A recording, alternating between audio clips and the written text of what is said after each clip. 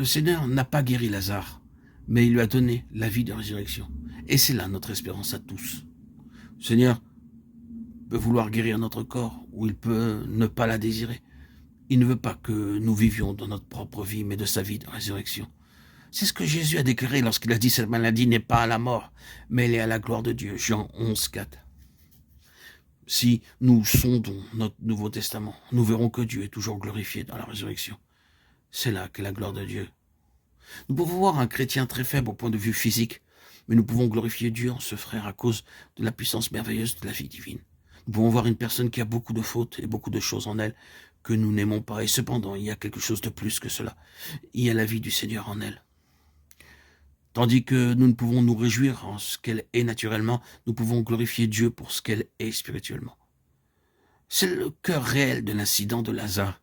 La vie qui sort de la mort est le secret de Dieu, la chose qui le glorifie plus que toute autre chose.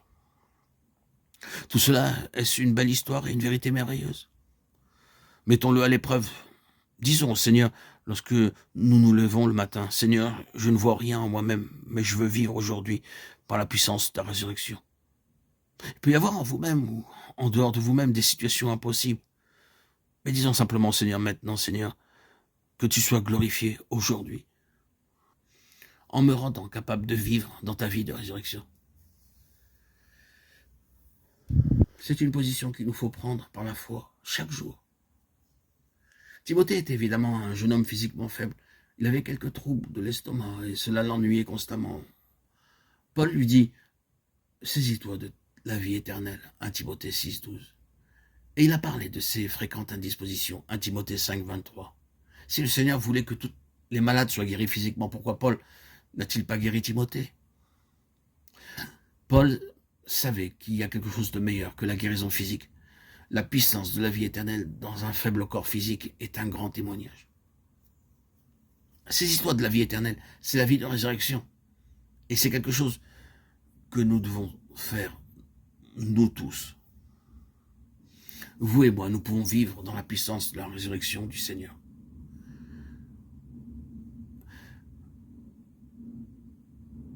Avec un corps malade, avec une nature humaine très pauvre, la force de résurrection du Seigneur Jésus, sa puissance, peut triompher de tant de choses.